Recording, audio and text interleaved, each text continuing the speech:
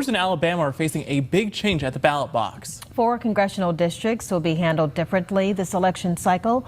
That's following Monday's Supreme Court ruling on redistricting. Now, Secretary of State Wes Allen addressing those changes in the last hour. The May 19th primary election will go forward as planned, and I want Alabama voters to be prepared to vote on Tuesday, May the 19th. Our Shelby Myers is in the studio now with your breakdown. And Shelby, what do voters need to know?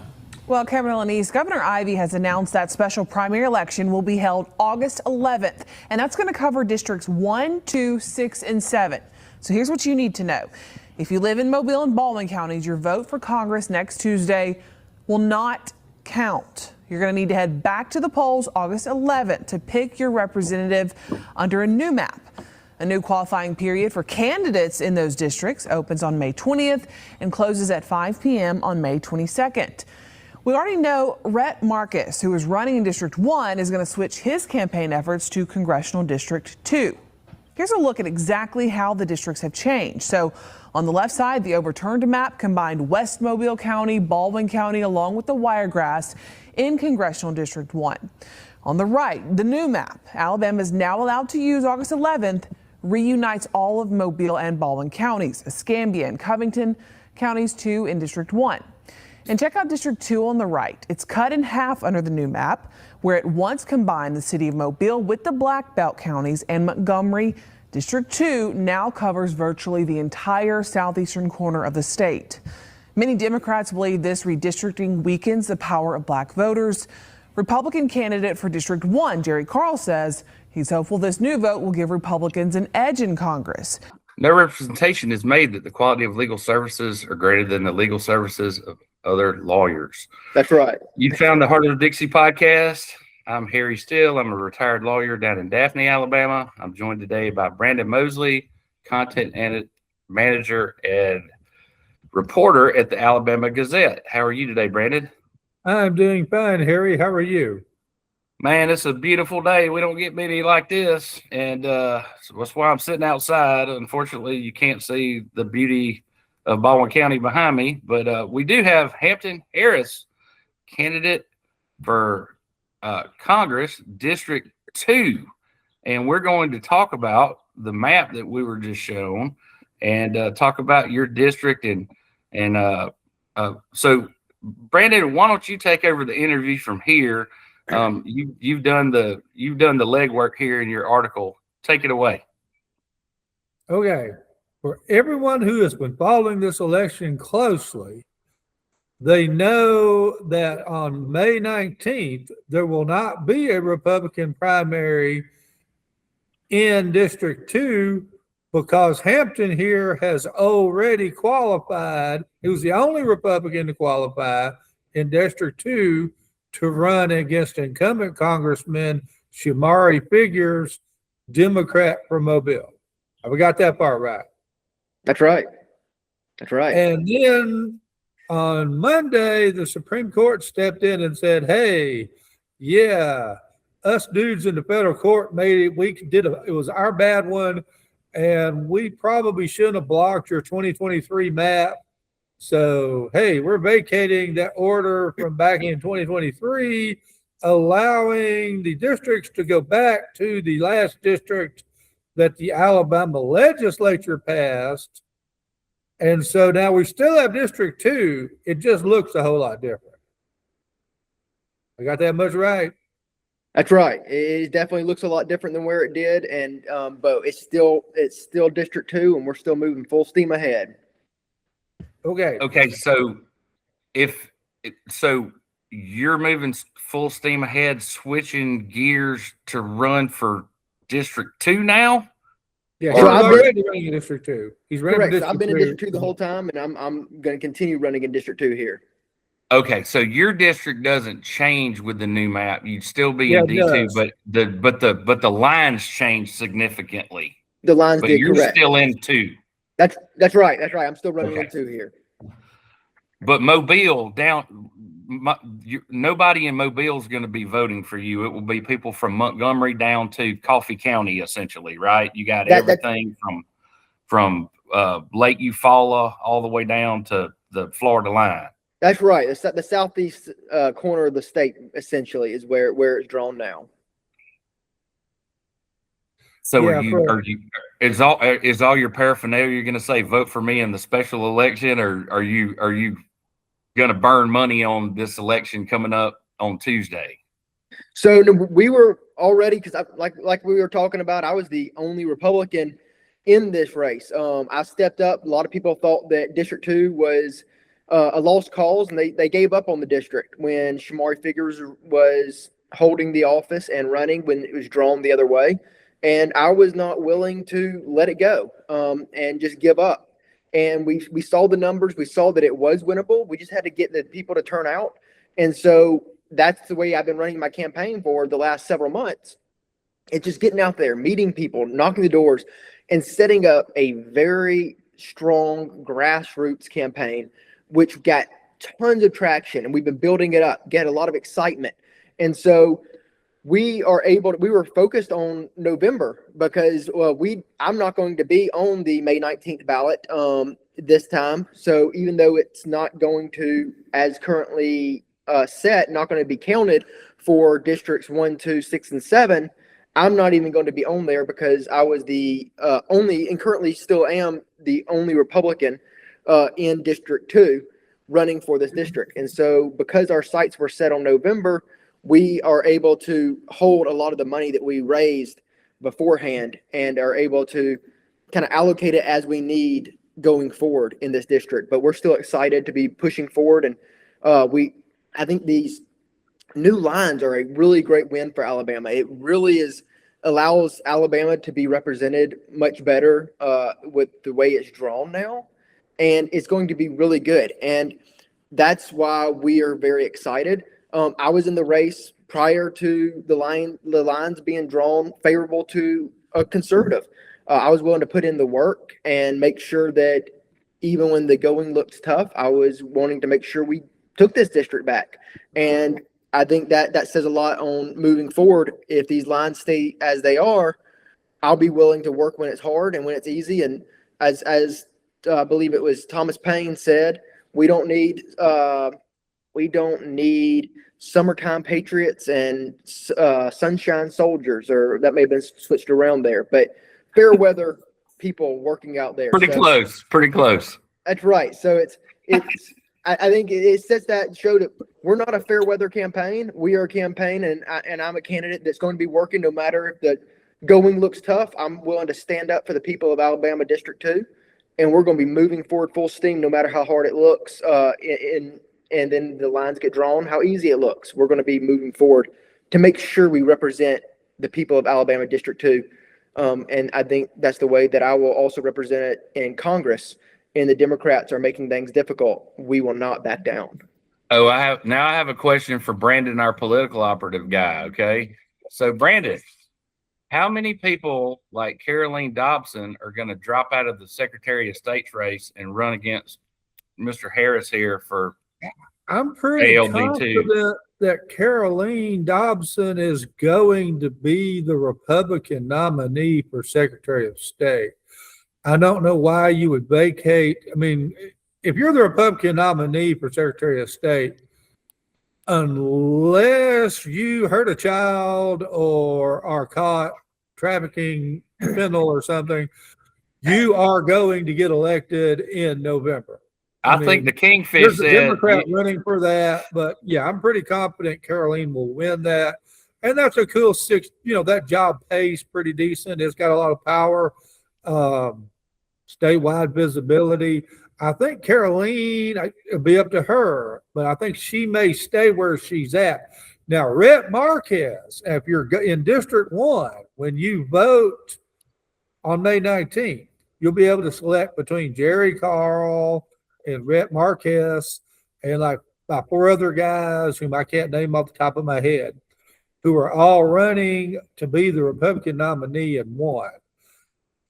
If what we understand, go ahead and vote in that for the guy you want. But if what we understand now becomes what the courts allow us to do in November, then we're going to invalidate that May 19th primary in that race.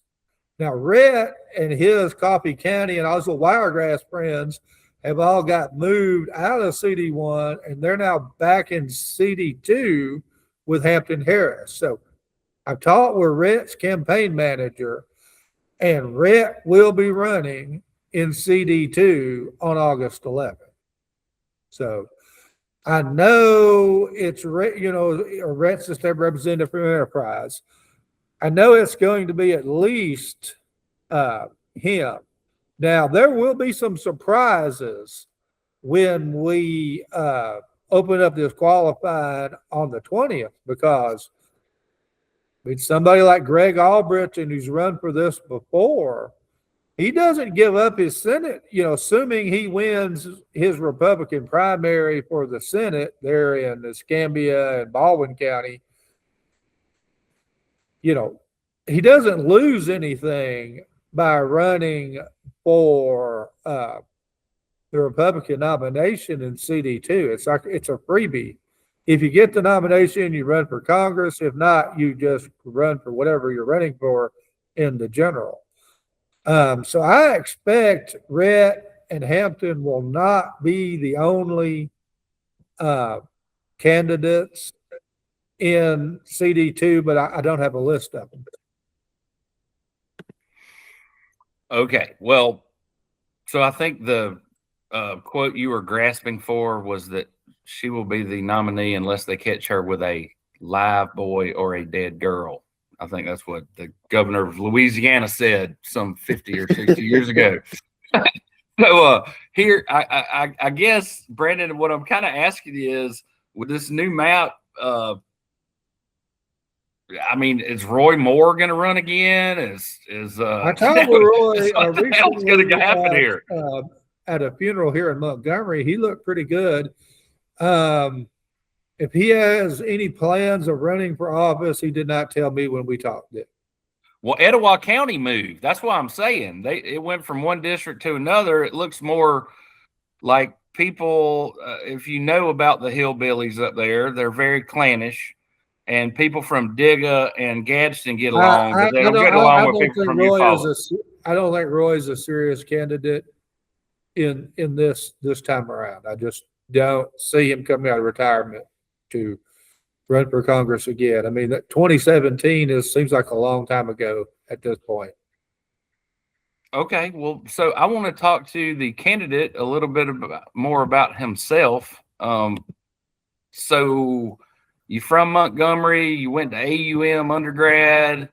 Where'd you go to law school? Went to law school up at Cumberland School of Law at Sanford University in Birmingham. That's so where'd you live in Birmingham while you went to Sanford? So I had mostly in my apartment. I bought a house for a little while up there and kind of rented it out to other law students while I was up there during that time. And then, but right off of the lake shore there. Yeah. So were you in Birmingham or who? What is it? It was Homewood area. There, and so that's where I was, and met my wife in law school there as well. That's where we met, and she's an attorney in the Air Force. She's a JAG attorney over at Maxwell, doing all their legal work over there. Nice. So, what kind of a practice do you have particularly? Do you do mainly divorces, criminal, appellate? So, law-wise, I do mostly real estate. I own a real estate brokerage in Montgomery that I operate, and that is primarily what I do. And so I'll do some of the real estate related stuff that comes along with my brokerage, but I primarily focus on the real estate business. Okay, so if I need a lease if I hadn't done a lease in a couple of years, I can just hit you up with an email. That's right. That's right. Okay, good. That's why I'm up fishing around, man. I'm not trying to find out anything for our viewers. I'm trying to figure out how this can help me somewhat, how in the long run. Okay. Right. So tell us a little bit more about, do y'all have you started a family? Are you like Brandon and don't call him while he's ushering at the Catholic Church? Yeah. So we don't have children yet. Hope to in the future. And looking forward to starting a family, and but we're just just us right now and working hard and getting things done, and it's a lot of fun. So, and I'm actually from a big family. I have 4 sisters and 2 brothers. So we grew up with a really large family, and it was a lot of fun. And it's great having that many people because you don't really find too many good, solid friends these days. But those are friends that will be with you forever. And so I really enjoyed having a large family. And all of us are within a couple hours of Montgomery, so we're able to still stay together, and most of us go to the same church. And so it's really, really good out there and being able to just hang out with one another, and nothing better than a big family, that's for sure. Hampton, I kind of, in these other races, the Trump endorsement has played a big role. If you look at the polls, do you have a strategy for trying to get the Donald involved and for you to get that endorsement? We have several players working out and getting that right now. And we've been laying a lot of groundwork over the last couple of months for that here in this race, because this is going to be a district that's going to be very important for the national table. We're looking at taking this district back for Alabama, and it's going to be huge for Alabama. But this district could be the one that decides if we're going to hold the majority in the House of Representatives. And so this has huge national implications. And we know that the Trump administration is closely watching Alabama, because if he loses his majority in the House, we're going to be fighting basically legal warfare the entire rest of his term, impeachment proceedings. It's going to be in a gridlock. And if we don't get the economy absolutely booming by 28, we're going to lose the next presidency as well. And so we got to make sure that we have the majority in the House, we have the majority in the Senate, to where we can continue moving the America First agenda through and passing legislation that helps America and not all other countries around the world, so that we are able to continue here over the next 4 to 6 years. So anyhow, I'm going to tell this little story real quick. 2001, we were going to tear down the Connecticut County Courthouse, and we borrowed $3.5 million to do it with. And then we got sued by the Alabama Historic Preservation Alliance and the Historical Commission to make us save the courthouse. So anyway, this damn steel prices are going up, and we had a finite amount of money. So I wrote to the examiners and I said, hey, this euro thing just came out, and it's valued at like $1.50, and I don't think it's worth any more than $1. Is there any way that we can transfer this money into euros as a hedge? No, that's completely against the concept. I mean, this went all the way up to Ron, the chief examiner, and he writes an opinion letter, and we get an opinion letter from the attorney general's office. You can go look it up. I forget which number it is, but anyway, that's the opinion. So last week, Young Boozer invested our state sovereign wealth fund, which is the the general fund. What's it called, Brandon? There's an education trust fund and a general fund trust fund, and we only spend the interest. And then there's the Alabama Trust Fund. Whichever damn trust fund it was, guess what he bought? Guess what he bought with our money? Euros. Israeli bonds issued by the state of Israel. Okay. So I'm not throwing Molotovs at a fellow Republican, but they told me 25 years ago I couldn't do this, and for some reason we're now investing. Well, what's the difference? It's a secure. It's a bond, and a currency is a currency. It's a difference. Okay. Well, there's a big difference. You can't invest in foreign. Anyway, I thought it was a teachable moment, Brandon, where if we want to do something for Israel, we can do whatever we want. When they lost the PAC fund money, they were invested in emerging markets. So yeah, they've been doing foreign stuff for a while. We kind of wish we hadn't done that emerging markets play. But. All right. So is there anything that we can do to get a Republican to run against Judge Griffin in Montgomery County? Do you practice in front of Judge Griffin at all? Me, I'm not in front of him, and I'm actually not super familiar with him at this time. So I'm Okay, so we filed an ethics complaint, and it got kicked in. Everybody hot potatoed the thing, and well, it was actually a mandamus related to a bunch of ethics complaints that hadn't been investigated. And I also find it hard to believe that the ethics commission members are unaware that the ethics commission director is involved in the scandal with a trust that he, and you as an attorney, when I say you're a member of the of the board of directors of a trust, you know what that means, and so does Mr. Albritton, because he's an attorney and has been for 40 years.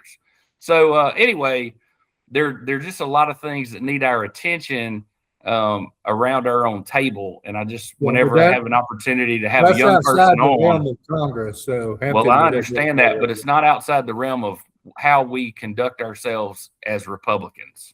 And anyway, I think we could clean up around our own table a little bit. Hey, man, I think you're a fine young fella, and I hope that you are successful. I hope that Mo Brooks doesn't move into your district or whatever, but the fact that you're not going to have to run against Shamari Figures in a general is a gift. Well, now Shamari could run in either one or two, or he could just go get a job for, Democrats in Congress or something. I thought he lived in Mobile, and this little he job. lives in Mobile, but you do not have to live in the district to run for Congress. Oh, shit, that's right. Yeah, so basically anybody in the state could qualify for any of these 4 districts on August 11th. Well, what if Tuberville can't run for governor and he decides to run against you in D2? I mean, you have to kind of step aside then. Yeah, but I think we can safely assume Tuberville is running for governor. If he wanted to stay in D.C., he could have done that easily. True. Mo Brooks theoretically could run to be the congressman for Baldwin County. He thought he could beat Jerry Carl. All you have to do is live in the state of Alabama. You do not have to live in the district. Because as we saw, as those of us have been following this for the last 10 years know, those district lines move all over the place. It's hard to stay in the district. This is true. So all this talk about moving district lines and all this is really more about controlling who gets elected. And let me say this: we had Wanda Lingavan on, and we gave her every opportunity to defend her position. And of course, Brandon then throws in her face that the state of Michigan and the state of Virginia have all done these things. Nobody, tore down the White House over it, or there weren't thousands of people marching in the streets. And now that the Supreme Court says, creating a special group of citizens who have more rights than the rest of us, we're doing it. And I cringe to say this. Okay, there was a program on NPR this morning. They talked to Chris Elliott and Greg Albritton, and they sounded like the 2 most sane people on the planet. I don't really care for either one of them. You understand what I'm saying? But what Greg said was, go read the Constitution, and it says 1 man, 1 vote. It doesn't say that they're special people. It says we're all created equal. And whatever this civil rights backlash was, it's over. It's over. Yeah, and the states are in charge of redistricting. I mean, I don't like it that 40% of folks up in Massachusetts vote like I do, and yet that thing is gerrymandered 10 ways from Sunday, so no Republican congressman ever comes out of Massachusetts. And they tried to do the same thing in Virginia.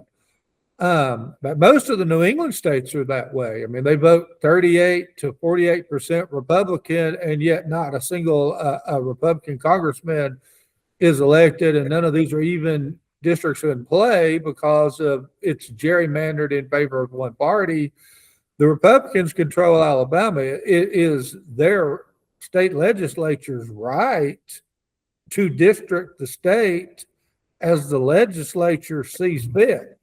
And why the federal courts got involved and started I mean, like dividing Jefferson County like they did, or Tuscaloosa County.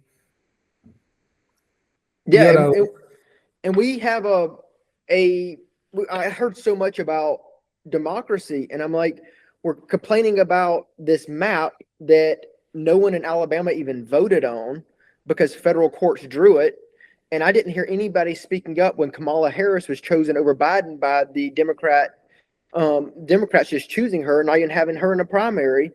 And it's basically the same thing with this map. Our legislators didn't even vote on this map.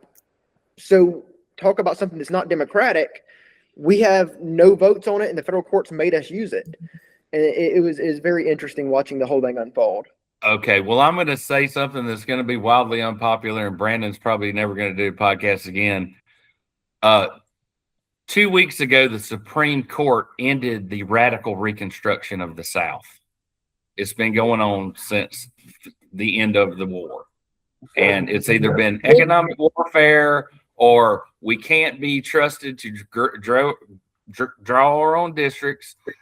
There was, poll taxes and all that stuff. Yes, they should have come down here and shut that down.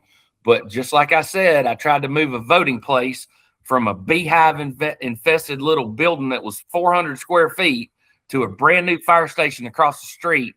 And the damn head of the NAACP held me up for $100 bribe. Sorry. That's the truth. I mean, to defend it had the federal nothing to do government with here. saving somebody from having to walk across the road. It was about defending the federal power and making the county rebuild that shack. So everybody'd have to go vote in that shack that was full of bees and mold. Anyway, go ahead. To defend the federal government here, yes, there are elements of the Voting Rights Act of 1965 that were probably unconstitutional the minute that was passed. But Alabama and the other southern states were going out of their way to not follow the 14th and 15th Amendments to the Constitution. I mean, you can look at legislature pictures of, all little guys from that era, and it's 100% white.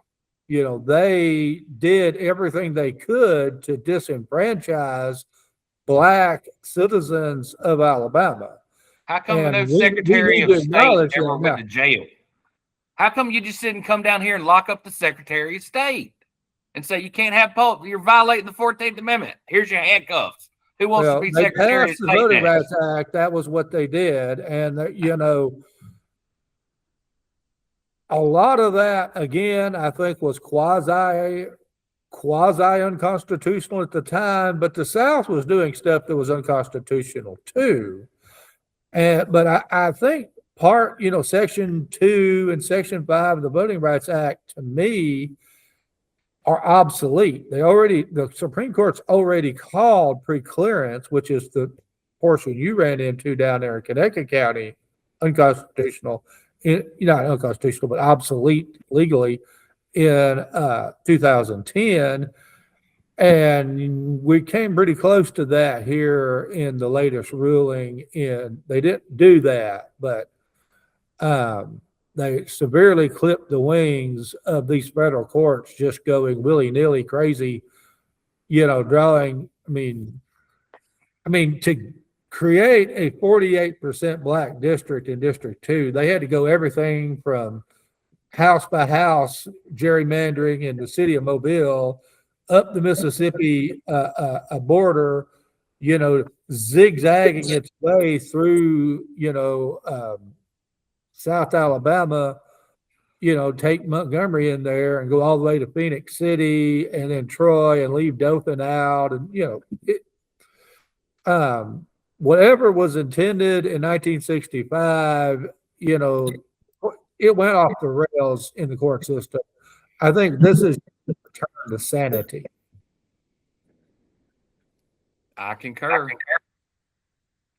Hampton, have you been following this, or I know you have, What's your view on the Iran war? When we all like President Trump, but I think we'd like to see $2.20 a gallon gas again, and we're not going to get that while us and Iran are fighting over who controls the Strait of Hormuz. Yeah, well, and definitely, I would love to see. I would love to see dollar gas again. But especially as much as I'm on the road. But really, we're in Iran. Whether you think we should be in Iran in the first place or not, at this point, we are in there. Our soldiers are in there. Our military is in there. And we need to make sure we kick some Iranian butt now that we're in there. We can't have people here at home talking bad about our soldiers being over there, destroying the morale of our military. This is what happened during Vietnam. My grandfather fought in Vietnam, and everyone over there, they go and fight. He was one of the very few that made it back alive from his platoon. I think there was only 2 that made it back from his platoon alive. He goes over there, fights, has all of his friends killed, come home, and he's getting the same people over here. You shouldn't be fighting. We shouldn't be over there. We cannot be doing that here. We're there. We're in it. We need to win it. We need to stand by our military, and we need to tell the world that if we're in something, we are going to win. We're going to stand by our military, and we're going to make sure we support our military men and women out there that are fighting on our behalf. And so whether or not you think we should have been there in the first place, we need to finish it right now and make sure we win, and don't tell the world that we're going to back out if people stand up against us. Brandon, no matter who you vote for, you get John McCain. Remember Obama? Well, I know, but remember Obama defeated him, and he was going to end the war, and you were going to be able to keep your insurance, and he was going to end FISA, but he didn't, and he kept sending a bunch of wars, just like John McCain would. And so then Trump comes along, and he says, you can't elect these neocons, they're going to get us in a war. So I saw him yesterday where he cussed out a reporter and told her she was stupid. And he said, all I care about is them not getting a nuclear weapon. Everything else, I don't care what gas goes to. And so, anyway, we know where we stand with the man. Okay, I get it. And like I said, in for a penny, in for a pound, apparently, because what does gas go to if Iran gets nuclear weapons and blows up like 10 oil refineries? Well, they could blow up the oil refineries that all they wanted to with the supersonic missiles we can do nothing about. Ta-da! I mean, this imaginary what if stuff. Anyway, I bought it all before. They don't have supersonic missiles. They're flying drones over there. Me and Hampton could probably make those in a barn. Okay. Well, apparently all of our bases in Qatar, Kuwait, UAE, and everywhere else are in rubble. And I thought those were supersonic missiles. Okay, well, keep watching 60 Minutes, brother. Go watch some other news sources. Do we have damage at some of our bases? Yeah, big time, big time. It's not that major damage. Hey, the Saudi Arabians who are buying all our petrobonds won't even let us use our air bases in Saudi Arabia. This is not going well. And like I said, if me and Brandon got to get on the fat shot and steroids to go defeat the damn Iranians, I guess that's what we'll have to do. He is our elected political leader, and I too feel like at a time of war, we just this is what we got to do. Well, Brandon, what else is going on political in Montgomery, Alabama? Well, I mean, besides all hell breaking loose with this special election. All eyes are on the May 19th primaries.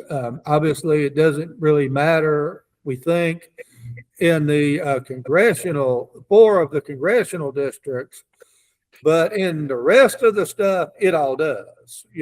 Tommy Tuberville is going to be the next governor. That's a fait accompli. Lieutenant governor, I don't have the foggiest idea who wins that. Yeah, but the guy who's not going to win is Dr. Stuart Tankersley, who I can't believe if I imagined the perfect person to be our lieutenant governor, it would be the guy who was the highest ranking medical doctor when the plague hit, who wouldn't take the jab. That's who this guy is, and nobody knows him. And anyway, I wanted to interject. There's one hell of a guy running for lieutenant governor. Go ahead, Brandon. Sorry, We don't make political endorsements here, but Tankersley's running. Dr. Wadsworth's running. We've got Wes Allen running. We've got John Wall running. Patrick Bishop. Wait. John Rick Wall. Tate. So You Hampton, like John Wall? have you ever seen Silence of the Lambs? I have not seen it actually. That's I one of the haven't watched movies- that either, Harry. Well, you really need to watch it, because every time I hear John Wall's name and I hear that he raises butterflies, I think of the slasher dude who's kidnapping all these women, and his name's Buffalo Bill. So anyway, every time I hear John Wall and the butterflies, I go, Buffalo Bill. Not that I'll have to watch it. Not that his only education is the Christian homeschooling he got up on the mountain. He's in Limestone County. They do stuff like that. Well, I know, but I'm barefoot and pregnant down here in Baldwin County, and I managed to go to Auburn, Troy, and the Birmingham School of Law. Anyway, continue. And by the way, he was the chairman of our Republican Party for 5 years. I don't know how that happened. It couldn't be that he stepped forward as everybody else stepped back. They're like, no, I want to run for something. You go be the party chairman. So anyway, Brandon, continue. I'm sorry. Well, anyway, and then we've got a U.S. Senate race coming up again. Steve Marshall, Barry Moore, Jared Hudson. Any of those three guys, I think, could be in the runoff. I kind of like Rodney Walker, but I'm kind of seeing. Looks to me like he's a long shot at this point. Seth Burton's, very competent. Again, I don't think enough people know who Seth Burton is or Dr. Diaz. Wait. Rodney Walker. So he's a rancher. He started a bunch of gas stations. He couldn't get no gas, so he started his own gas transportation company. He's got how many? 1,000 head. And he's got 750 mama cows producing 750 calves a year. So at any given time, there's probably 107. If there's anybody who should be our senator, it's this guy. He has to deal with all of the bullshit that they do in the farm bill every year, and the transportation enhancement grant. I mean, he lives this. Why would we send the garbage man from Enterprise? Anyway, go ahead, Brandon.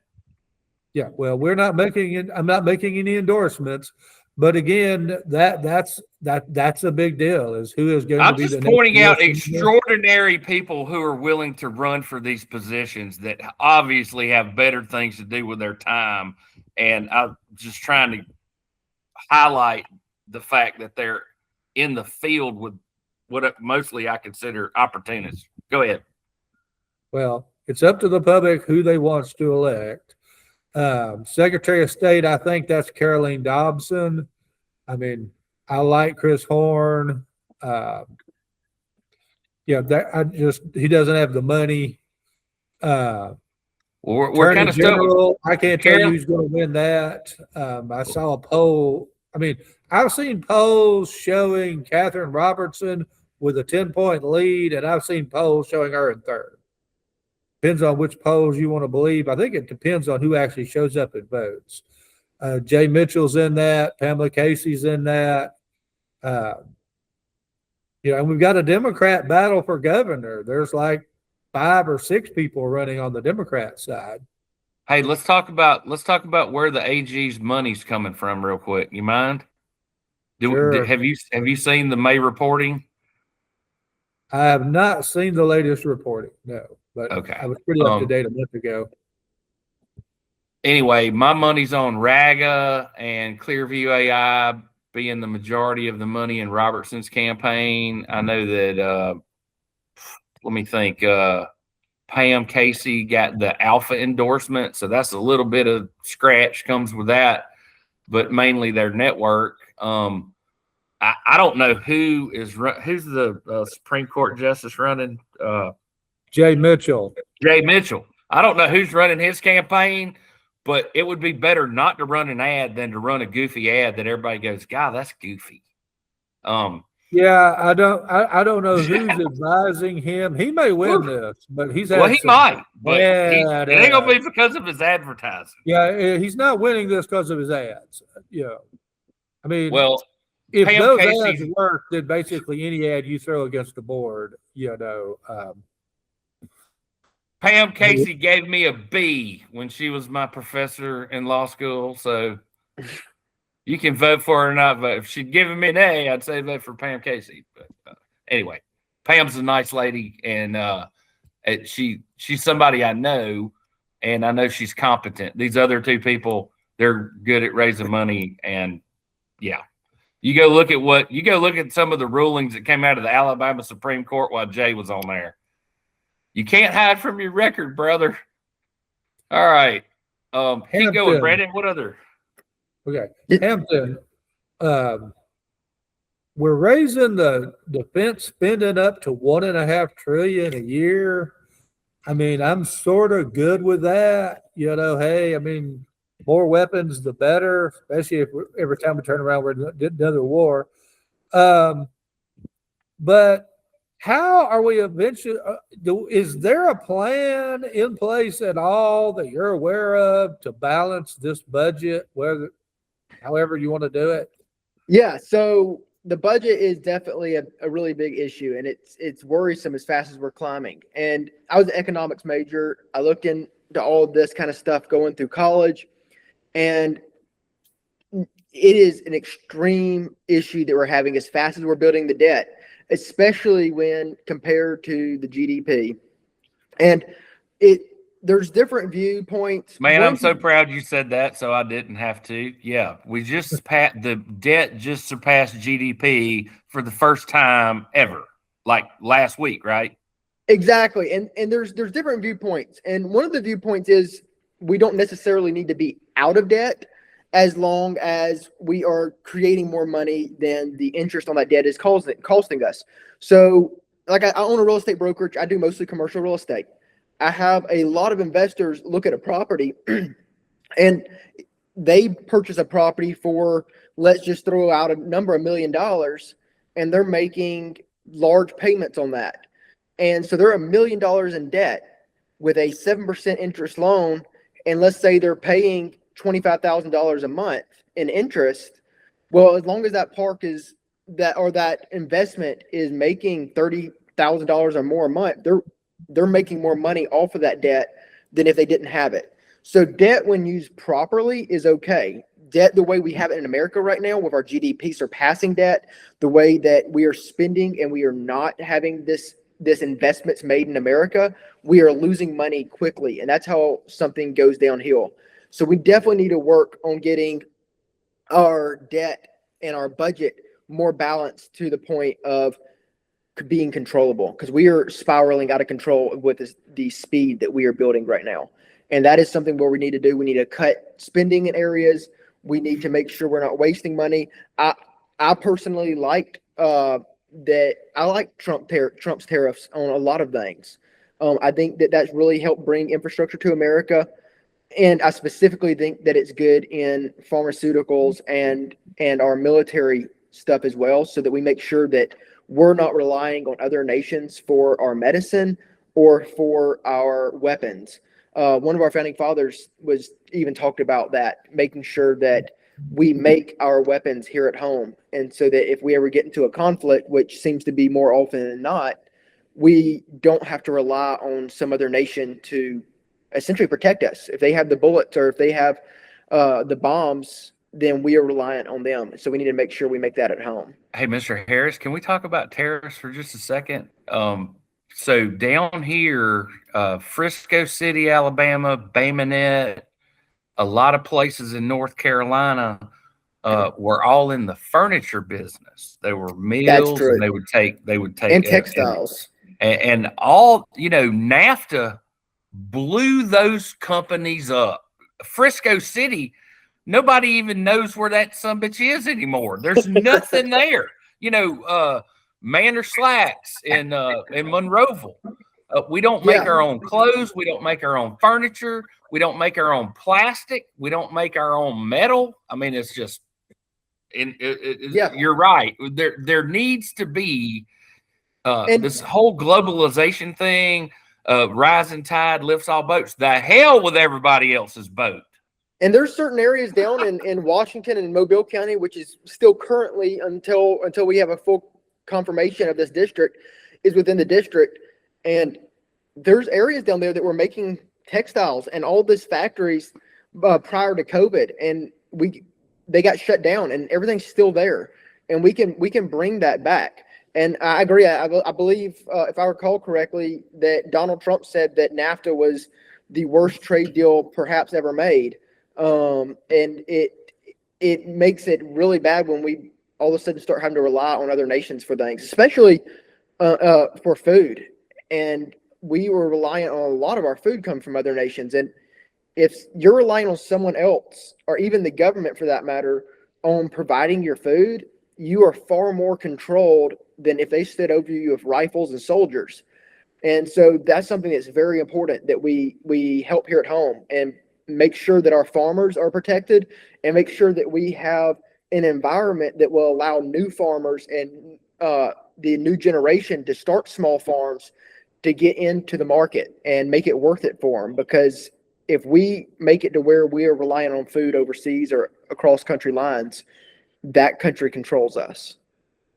So your homework is to read a book called Tragedy and Hope. It was written by Professor Quigley at William and Mary.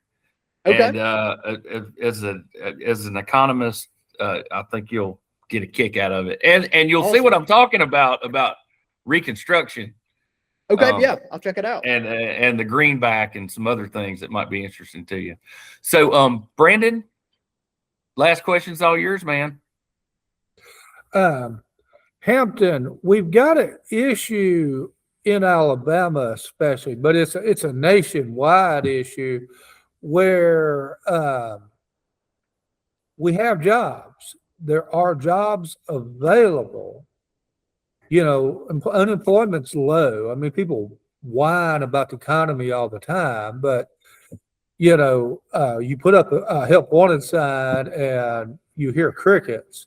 I mean, in Alabama, I think the workforce participation rate for adults is like 58%. Oh, we lost him. Did we lose Hampton? Yeah. Well, anyway, it doesn't matter. We got enough. So why don't you just do a sign off and say, hey, everybody, thanks for being here. Hampton, thank you. And we'll see you later, Harry. Do that. Okay. Thanks for everyone. Thank you, Hampton, for being here. This has been a very informative podcast. Harry, till next time. Farewell. Thank you, Brandon.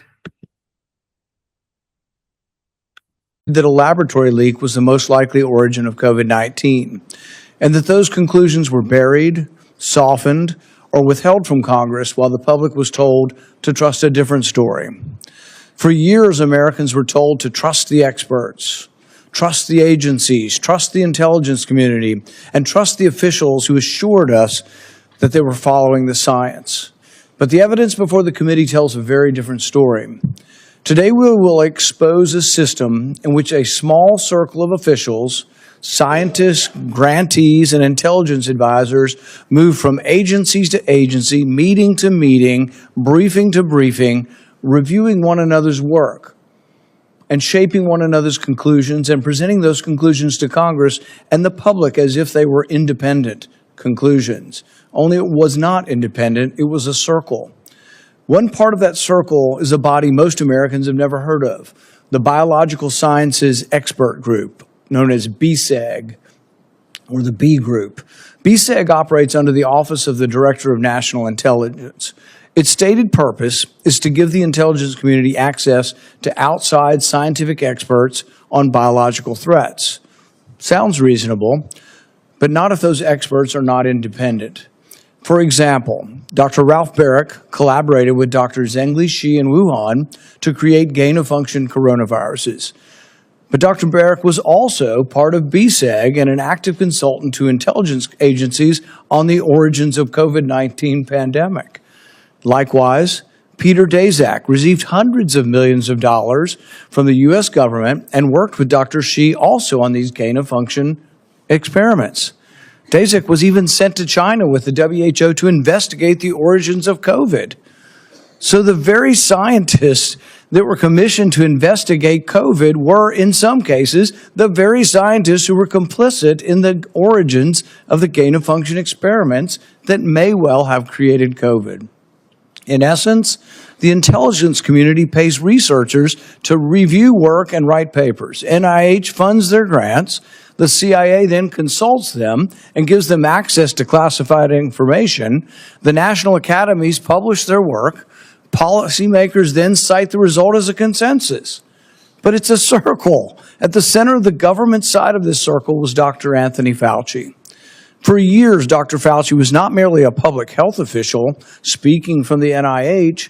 He had a long-standing relationship with the national security and intelligence apparatus on biological threats, dangerous pathogens, classified life sciences researches, pandemic preparedness, and COVID origins. Again and again, documents show him being brought into national security discussions far beyond ordinary public health messaging. During COVID, intelligence officials arranged for Dr. Fauci to review highly classified intelligence assessments that could not even be sent outside the White House complex. But how can Anthony Fauci objectively comment on a discussion of COVID origins when he approved the very funding that may have caused the pandemic virus? From the outset of the pandemic, Dr. Fauci shaped the conclusions. Dozens of times, he referred to the idea that the pandemic originating in the lab was a conspiracy, that it was a conspiracy theory. Dr. Fauci convened the now infamous February 1st, 2020 call. Some scientists on that call privately raised serious concerns about a laboratory origin. Yet, ironically, those same scientists later co-authored the proximal origin paper, which publicly dismissed the lab leak hypothesis. One author received a $9 million grant from Dr. Fauci's own agency after he changed his opinion from lab leak on the private phone call to natural origin in public. At the same time, Dr. Fauci coordinated with the national academies on coronavirus origins and public-facing messaging. These were not independent experts reaching a consensus. They were part of the same machine, designed to reach the same conclusion. The question is not whether the government may consult experts. The question is whether those experts were independent, whether conflicts were disclosed, whether dissenting views were preserved, whether the lab leak possibility was fairly evaluated, and whether Congress and the American people received the truth or a curated result. When Congress asked these questions, government officials lied to our face. They classified the documents. They suppressed the information. They changed the definitions. They invoked sources and methods. They told Congress only what they wanted Congress to know. In 2023, John Ratcliffe, the former Director of National Intelligence, testified before Congress with a stark warning. He said a lab leak was the only explanation credibly supported by intelligence, science, and common sense. He warned that partisan politics and analyst disagreement with Trump administration policy, Trump derangement syndrome, had created illegitimate roadblocks to the truth. I agree. He said the COVID-19 Origin Act, which Congress passed unanimously, should finally make intelligence on COVID's origins public. I couldn't agree more. Despite a unanimously passed law, though, requiring the declassification of all information related to COVID origins, the deep state still resists this congressional mandate. Our witness today will explain what happened inside the CIA. According to his testimony, CIA scientific analysts concluded multiple times between 2021 and 2023 that a lab leak was the most likely origin of COVID-19. Yet those conclusions never shaped the official narrative, never made the intelligence report. Congress was never told. It was not until after the 2024 election that the outgoing Biden administration directed the CIA to issue an assessment, not because of new intelligence, but so officials could walk out of the door claiming there was nothing left to find. That is not analysis, that is a cleanup operation. This hearing is about more than one witness, one assessment, or one agency. It's about a federal apparatus that told the American people to trust the science while hiding the machinery that shaped the science. It's about an intelligence community that relied on outside experts whose conflicts were never disclosed. It's about public health officials with access to intelligence that Congress has struggled to obtain. It's about researchers and advisors cycling through grants, contracts, classified briefings, federal service and advisory committees, and presenting the results as independent, even though they weren't. The cover-up is not just about protecting one research grant, it's about protecting an entire network of labs, grants, intermediaries, and bureaucratic architecture quietly engineered to outlast any moratorium, any congressional inquiry, and any election. After millions died, children lost years of learning. Small businesses were destroyed. Civil liberties were restricted, and dissenting Americans were censored and smeared. The government owes its people the evidence. Our witness is testifying publicly today at great personal risk. He and other brave whistleblowers have come forward because the truth was being buried, because government secrecy cannot become government impunity. I want to acknowledge the Trump administration officials who made good on their commitment to transparency and cooperated with this investigation.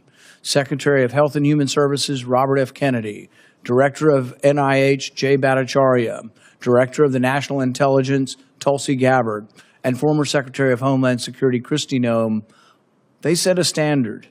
I expect the rest of the administration to meet it. We owe the American people a complete record. We owe every family harmed by this pandemic a government that does not hide behind secrecy, conflicts, and curated science when the stakes are life and death.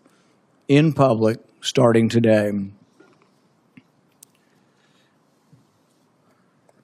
I want to note for the record that Mr. Erdman is appearing today pursuant to a subpoena issued by this committee on May 5th, 2026.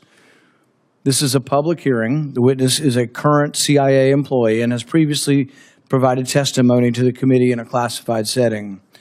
If a question calls for classified information, or if the witness believes any answer may implicate classified information, the witness should advise the committee before answering, and the committee will address the matter through the appropriate procedures. The transcript of the witness's prior classified deposition has not been finalized and has not completed classification review. Members and the witness should not quote from, characterize, or seek confirmation of deposition testimony that may contain classified information in this public setting. It is a practice of this committee to swear in the witness. Will you please stand and raise your right hand? Do you swear that the testimony you will give before this committee will be the truth, the whole truth, and nothing but the truth? So help you God. Thank you. You may be seated.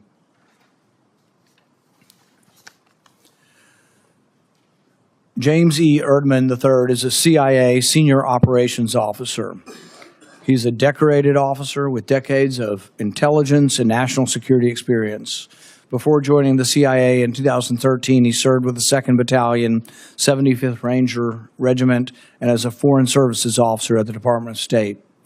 He recently completed a joint duty assignment with the Office of the Director of National Intelligence Director Initiatives Group.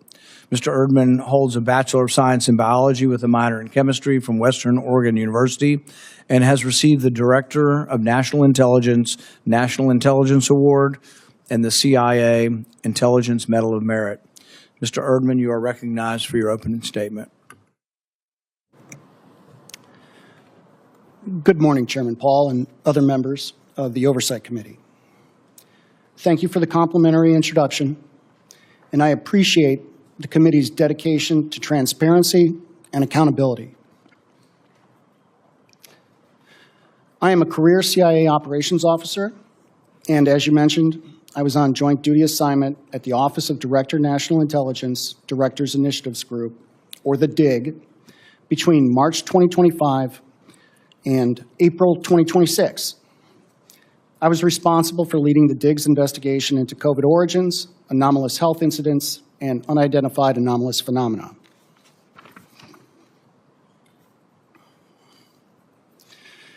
I'm here today to discuss the COVID cover-up, the national security implications associated with the DIGS investigative findings, and CIA refusal to comply with lawful oversight, as well as how we remedy these problems. Intelligence community leaders and senior analysts downplayed the possibility that the COVID pandemic originated as a result of a lab incident. Motives are difficult to define given the scope of the DIGS review. Intentional or not, the IC's actions resulted in a cover-up, wasted resources, and a failure to properly inform policymakers. Public health policy would have been very different had the American public been made aware that a virus from a lab in China was going to serve as the foundation for an emergency use authorization mRNA products being mandated by the former administration.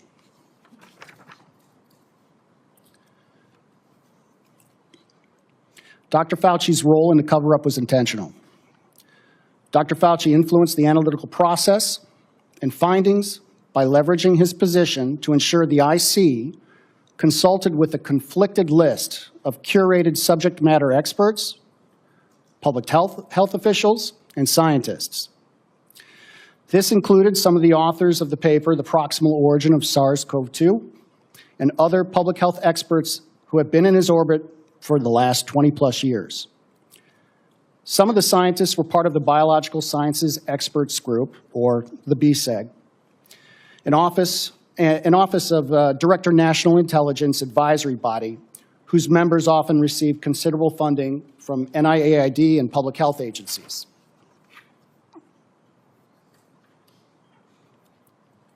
The BSEG scientists influenced national laboratory WMD research, policy decisions, finished analysis, and other intelligence matters, creating misaligned incentives and conflicts of interest, as well as counterintelligence issues.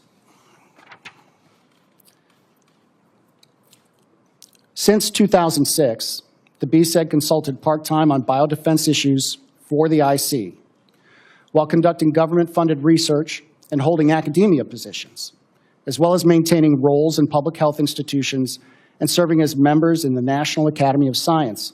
They received funding from NIAID and other agencies for vaccine research, USAID's PREDICT project, the Cooperative Threat Reduction Program, and even worked with Chinese scientists on coronavirus and other pathogen studies pursuing vaccines.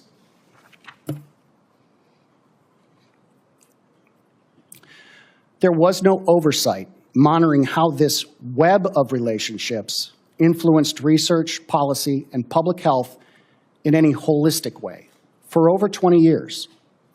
In fact, several of the BSEG scientists helped Dr. Fauci rewrite definitions of gain of function in 2015 to lift a funding pause on dangerous research. Still others participated in planning Event 201 in 2019. This was a coronavirus pandemic tabletop exercise, curiously similar to the events that played out during the COVID-19 pandemic. And it was attended by Dr. Fauci and individuals with IC ties like former DNI Avril Haines. The CIA and DNI analytic managers responsible for examining the origin of COVID made decisions inconsistent with the conclusions of subject matter experts and analytical tradecraft, consistently favoring the theory of zoonosis or natural origin. Following the CIA's COVID relook that culminated in 2023, the CIA retaliated against analysts supporting the lab leak hypothesis.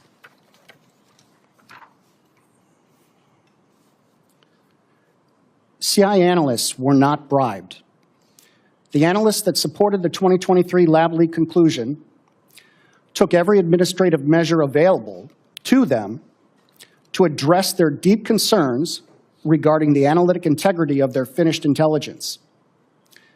CIA managers retaliated against them for their refusal to agree with management's middle-of-the-night anonymous rewrite of the analysis, which changed the assessment to a non-call judgment.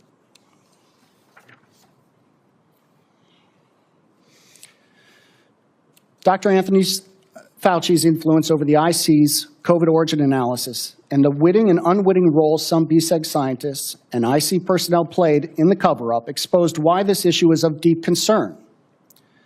Failure to address the United States government's inability to differentiate between public health and biodefense and the oversight-resistant ecosystem of life science actors has been fertile ground for increasingly dangerous continental United States gain-of-function research, as well as similar research conducted in U.S. government-supported labs abroad. Post-9/11 changes in public health and biodefense roles and responsibilities have blurred the lines between scientists, the military, the intelligence community. It has resulted in a deliberately opaque and excessively redundant biodefense research policy and financial infrastructure, seemingly intended to escalate bureaucratic bloat.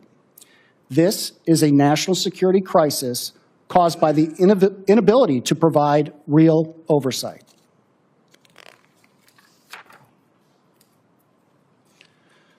The systematic failures associated with muddled boundaries between biodefense and public health and an overly complex infrastructure have been exacerbated by documented efforts to circumvent oversight. CIA did not comply with lawful oversight during the Diggs investigation. The behavior significantly impacted Director Gabbard's implementation of several EOs issued during this administration and tasked to the Dig. The CIA refused to provide information necessary to understand why analytical standards at the CIA were violated. The CIA illegally monitored the computer and phone usage of Dig personnel, their investigations, and contact with whistleblowers.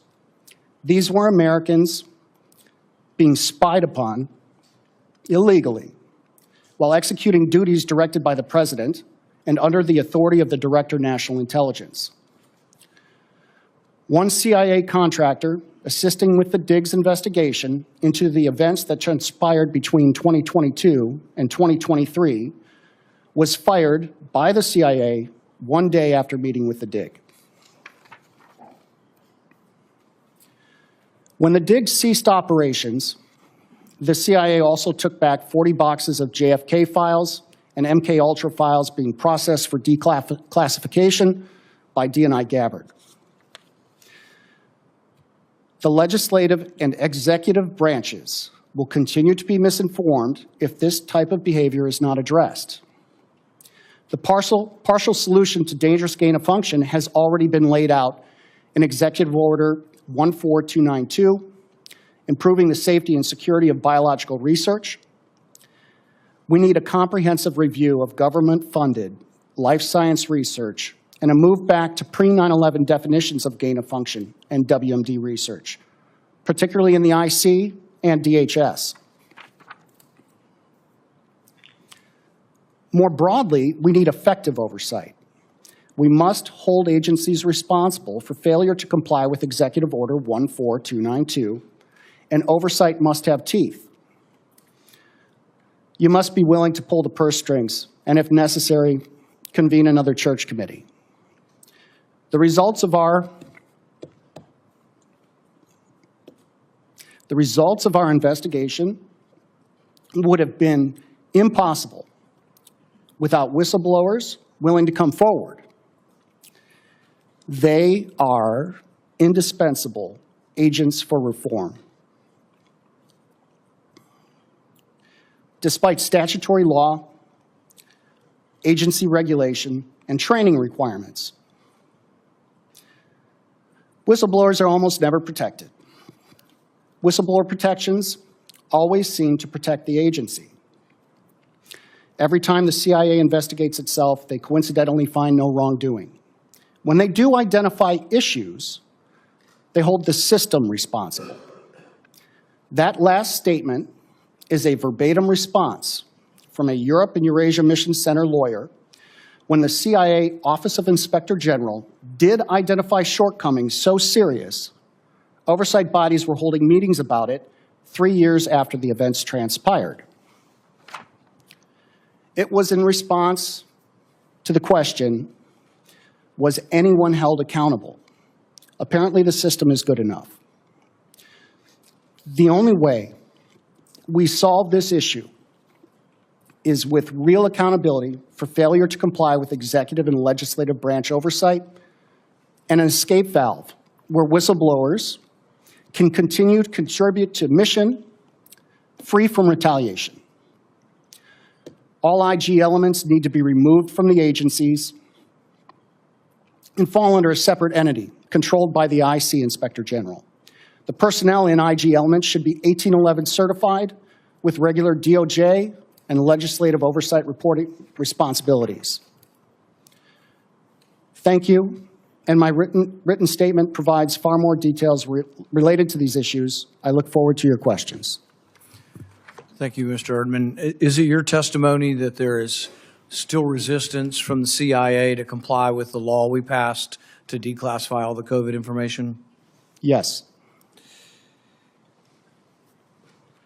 One of the things that I think is new today that I'm hearing from your testimony is that from an early period of time, you believe, and the information you're aware of, is that CIA scientists from an early time after the pandemic began, 2020, 2021, were concluding that the lab leak was the most likely hypothesis? Yes, Senator. I'd like to offer some qualifications on that as well. A lot of the issues occurred at the interagency space, at the National Intelligence Council, the individuals responsible for conducting or writing WMD analysis. So, and many of those individuals are on JDA from the CIA. But yes, very early, as early as 2020, there were agencies within the IC circulating papers that that said, hey, there's, for example, DOE circulated a paper in May of 2020 that said that all the conditions were present for a lab leak. And I could go through the timeline, but yes, my short answer is yes, periodically throughout 2020 all the way to 2024, yes. That briefing told Dr. Marks that the current algorithm, because of the nature of the massive number of claims coming into VAERS, by the way, from 1990 until 2020, on average, about 280 deaths were reported in VAERS associated with the vaccine. 2021 is over 21,000. Nothing to see here. But anyway, so they're using an algorithm. They were warned that this algorithm, because the Moderna and Pfizer are so close together, the way they're analyzing is going to mask and hide safety signals. That's March 1st, 2021. 26 days later, a new state-of-the-art algorithm, developed by the inventor of the original algorithm, was presented to senior FDA officials, showing 49 cases of extreme masking, 25 safety signals, including sudden cardiac death, pulmonary infarction, Bell's palsy, different types of strokes. Month after month after month, they continue to do this data mining. They continue to show additional safety signals. Did Peter Marks, did Anthony Fauci, did President Biden go to the American public and say, hang on here, we've got some data, we've got some concerns? No. They blamed the unvaccinated for continuing the pandemic. This is a pandemic of the unvaccinated. We need to mandate this.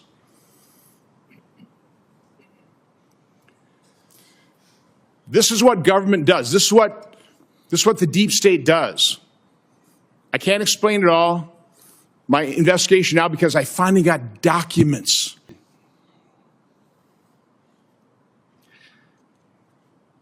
We may never precisely know the origin of SARS-CoV-2. Precisely. Precisely is not a term analysts use. They use like low confidence, medium confidence, yes, no. Precisely is a word you use when you want to deliberately end discussion. Because Do you know how many resources we need to precisely know the origin of SARS-CoV-2? So again, I want the chairman to indulge me a little bit more here. There's no bribes paid. This is just a management decision. They overrode what the, okay. But the financial piece definitely needs to be looked into because they did receive an EPA. They got it. It's $1,500. Okay, so it may be true then. No. Let me be very clear. There were no bribes. They received an exceptional performance award. They were upset with it, and it was not a bribe. But what I will say, okay, the people who they were rewarded for their work. They didn't know they were going to get it. Okay, they were not. I got you. Okay, I got you. And I understand this distinction. 1 point and 1 question. Just received this from Liz Lyon, the CIA Director of Public Affairs.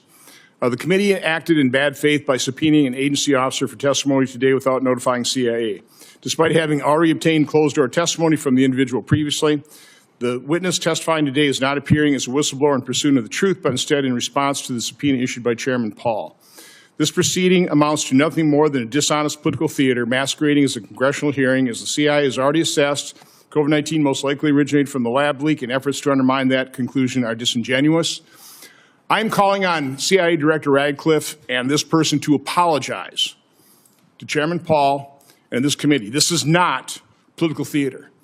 I have years and years and years of built-up frustration of agencies like the CIA, Department of Justice, the FBI, HHS, snubbing our oversight, giving us the big middle finger. And that really leads me into my question. You talked about how proud you were. Okay, I can imagine that. My belief is I'd say most people serving in government, all these agencies, are doing good work. They're patriots. Why aren't there more people like you? I mean, you saw Senator Hawley's, the 5-page snub, the 5-page middle finger saying, any and all, this is it. And people inside the agencies know that's not the truth. They know that is a big, fat lie.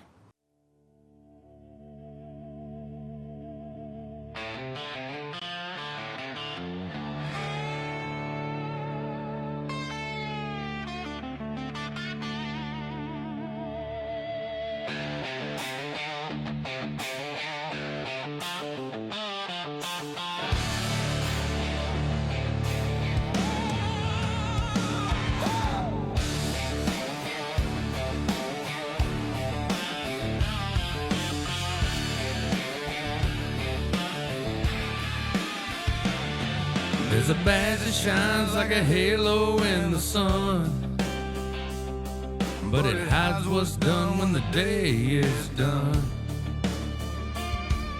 Sheriff rides high on a promise he sold, but his truth's been bought and his soul's been told.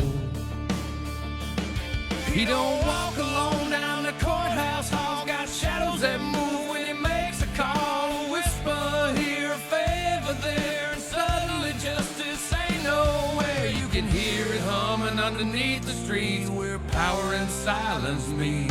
Oh, the machine don't bleed, don't cry, don't care. It feeds on fear and the deals they share, pulling every string in the dead of night, turning wrong to right, turning black to white. If you stand in the way, you'll disappear clean. Ain't no fighting back when you face their machine. Got henchmen lined like dominoes in a row. They don't ask why, they just do as they're told. A nod from the top and a life gets crushed. Another voice buried, another file hushed. They wear the loyalty like a second skin, trading their conscience just to fit in. Break a man down, call it law and order, build their empire at the county border. Every favorite road is a chain that binds, every truth buried buys more time. Oh, the machine don't bleed, don't cry, don't care. It feeds on fear and the deals they share, pulling every string in the dead of night, turning wrong to right, turning black to white. If you stand in the way, you'll disappear clean. Ain't no their machine.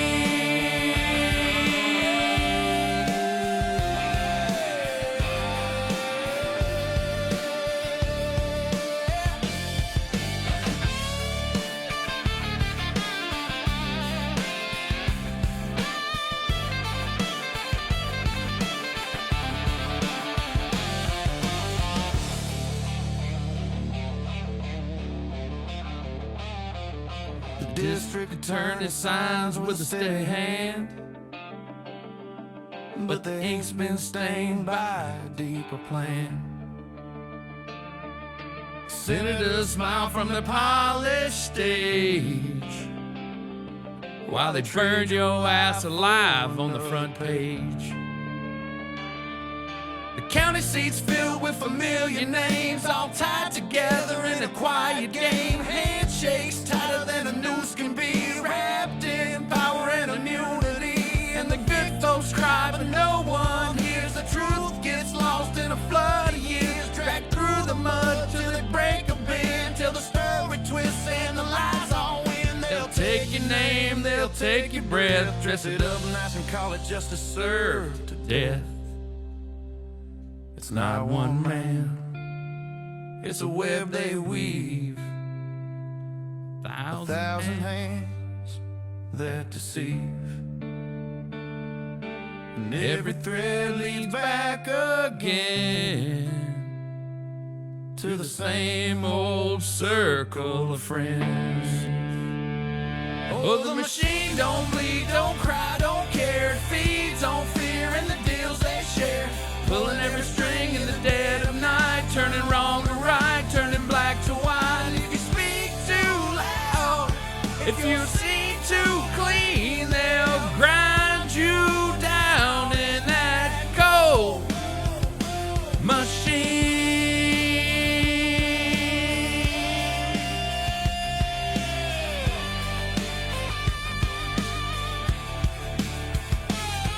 So the Bastille shines in the morning light, and the town sleeps easy every night. But beneath it all, where the truth's unseen, there's a whole damn world run by that machine.